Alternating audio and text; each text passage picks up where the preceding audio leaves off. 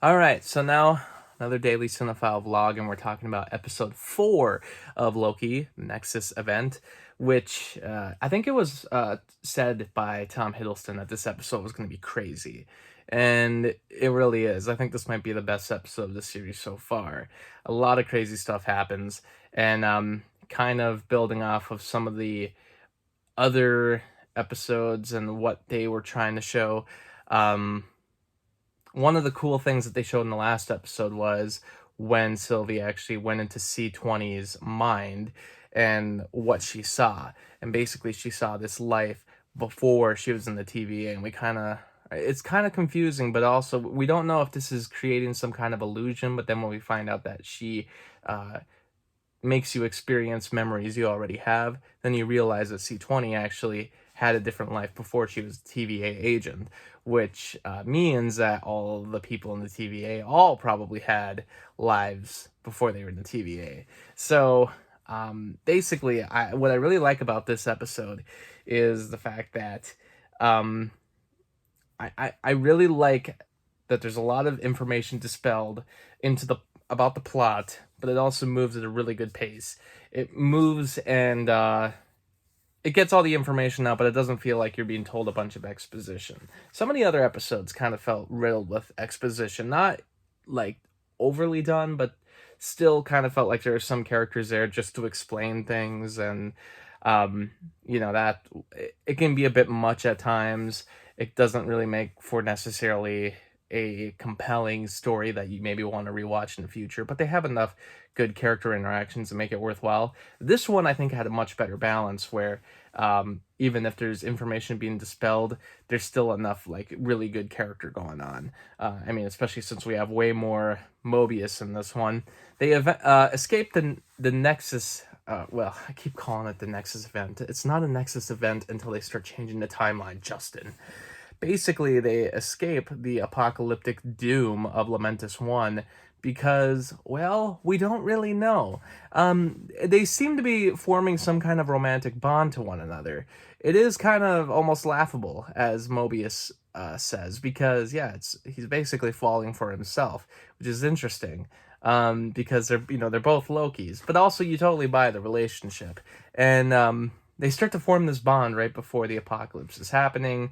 They show that shot that I saw in the trailer where I thought it was going to be Black Widow for some reason, because the background and the character with the short red hair, which doesn't even make sense because Scarlett Johansson had blonde hair with the red hair when she died in Endgame, and I thought she was at the place Vormir in the trailer for Loki. I thought that was Scarlett Johansson as Black Widow, but it wasn't the same hair now that I think about it. So I don't know why I ever thought that. But we see that shot and it's like, oh yeah, that was Sylvie, which I think people probably already figured out by the time they saw Sylvie like earlier on. Also, she doesn't even technically have red hair, but she's got like it's probably just the way that the scene is shot, just because color tones again. Yeah, they're bringing those color tones back. There's a lot more yellows in this episode, so I think they're still keeping with that the 6 colors of the Infinity Stones for each episode. But anyway, after they're forming this like romantic connection, for some reason that causes like one of the biggest Nexus events ever, or potential Nexus events, where there's a huge spike in the timeline, and it makes me kind of like curious because we still don't really know what exactly caused it. We don't really know what the Nexus event is. Is it just the fact that these two Loki variants might be falling in love with each other? I don't know. It's kind of an interesting idea though, but like, can love really conquer all? I think it's just interesting that, in no reality should a Loki be falling in love, possibly. And the fact that that's happening, even despite this apocalypse, that's causing too much of a change in the timeline. Maybe. I don't know, but it's a really interesting concept, but we don't see it play out because then the TVA agents are able to use that to find where they are, which is what, Sylvie and Loki were trying to do all along. They were trying to find a way to cause a Nexus event so they could get out of there, or maybe to at least save themselves in the end. And they still caused something to happen. They caused a spike in the timeline, so they were still able to escape, but they don't even really know why. So we get to see Mobius again. We get to see him drag Loki for not trusting him, and I really want to trust Loki. I don't want to, or I do want to trust Loki. I don't want to really see him backstab Sylvie or anything like that. And at this point, I don't think he'll do it, even though he's kind of famous for doing that. But I also want Mobius to be a good guy, so I don't want to see him, end up backstabbing Loki or end up being the actual villain of the show. I feel like I didn't talk about it a lot in the last episode, but just because there wasn't like a whole lot of, you know, much of an avenue to discuss it. But the timekeepers again. So I was kind of wondering if the timekeepers were real. I was wondering if this was all, if the timekeepers were real. I don't think they're what we're being presented that they are. I was also wondering if maybe this TVA was actually invented in like the 60s, and then whoever had this power to create this actually succeeded, but gave like the offices a 60s aesthetic and then just left it be. But there's not really anybody in control at this point. It's just people doing their job for some reason. Well, in this episode, we do get to finally run into the timekeepers. They have the Lokis, incarcerated. Meanwhile, we also are still jumping on that idea that the TVA agents are actually all variants. And Loki's trying to save Mobius by explaining to him that, you could possibly be a variant. They're all variants. All of us are variants. The only reason Mobius is trusting it is because he's already been kind of questioning the TVA. And that makes Mobius a lot more likable. It's the fact that he's a curious guy, even though he's trying to do his job. He's kind of a good cop of this TVA.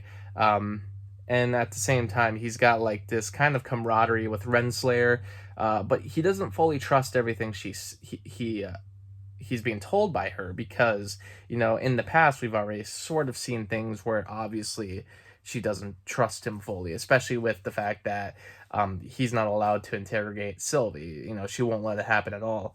You actually find out that Renslayer used to be one of the Minutemen, and that she found Sylvie from that possible Nexus event that she was creating. We actually see a flashback at Asgard of Sylvie being taken, and it kind of gives you a much more horrific idea of what it's like. They go and take a child, and that's just the end of it, and the child has no idea why it's happening, and they just destroy that timeline. It's kind of disturbing almost, because you never really thought about it that way until you see it put on screen that way.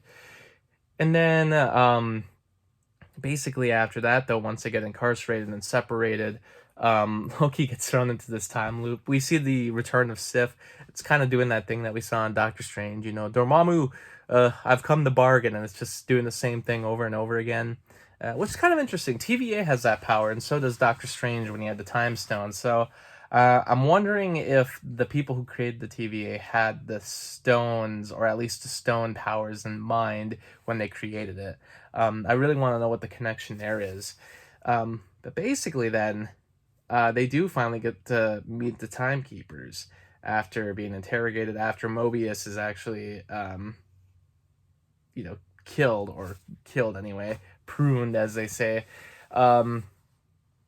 He is pruned because he starts questioning everything, and then, after seeing C20's testimony before she was pruned herself, he, in like a secret video that, no one has access to, he's finally able to get access to it by taking in Renslayer's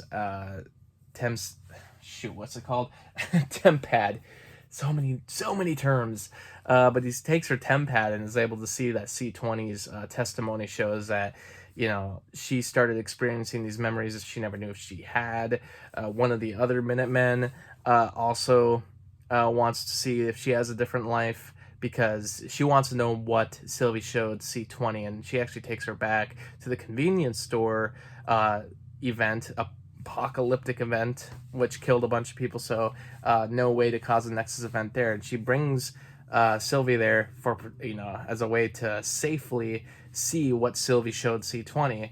And then when she shows the other Minute Lady, I guess they're all called Minutemen, I believe, but the Minute Lady, she shows her memories as well. Goes back into the deep recesses of her mind to show her that memory. She kind of changes up real fast. She switches roles. She's like, man, it looks like I was happy. Why am I doing this now? Mobius is never really shown his memories, but he starts piecing it all together, and he wants to know, I just want to know the truth. Renslayer's already on to him, and he kind of just admits it, like, I want to know what my life was before this. Maybe I had a jet ski. It's so sad, and he is pruned, and you kind of think that's like the end for him. And we finally go and meet the timekeepers, who are very goofy. They look fake. Uh, it looks fake because it's like just the computer imagery itself looks fake, but then you find out they're like actually fake. It's kind of like a Wizard of Oz moment. We don't see who the actual man behind the curtain is, but everything breaks down to a fight, and the timekeepers are just like Disney animatronics, and we're kind of left there with that. We still don't really know what that was all about, and if who the real person was that invented the TVA. But then at this point, I think we're starting to find out where the show is really going to aim at, which is we're going to find out who created the TVA, because these timekeepers were not real. That one that apparently looked like King the Conqueror was not King the Conqueror. It doesn't mean that King the Conqueror wasn't behind the TVA, but they were all fake, which I thought was a real goofy and kind of terrifying scene. So, yeah, now we're headed towards the last episode, because Loki in this episode gets pruned. So obviously we know that's not the end, because they wouldn't kill Loki off. I was kind of thinking for a second maybe they could kill Tom Hiddleston off, because there's still technically a Loki in this episode, or in this series. Sylvie, maybe she just takes over, and maybe Tom Hiddleston's gone. But nah, it's pretty obvious he's not dead, and Sylvie ends up beating everyone down, and she corners Renslayer and is like, tell me everything, even though by the next episode we find out Renslayer really doesn't know anything either. But then Tom Hiddleston wakes up during the post-credit scene on this completely different planet that we later find out is the Void, and he runs into 4 other Lokis. One guy has this giant ass hammer that kind of looks like Thor's hammer. We have a kid Loki. We have a Richard Grant Loki in the original Loki costume from like the original comic book, and we have Alligator Loki, which I love. That only means that Throg could totally show up. Thor the Frog, or Throg, Frog of Thunder.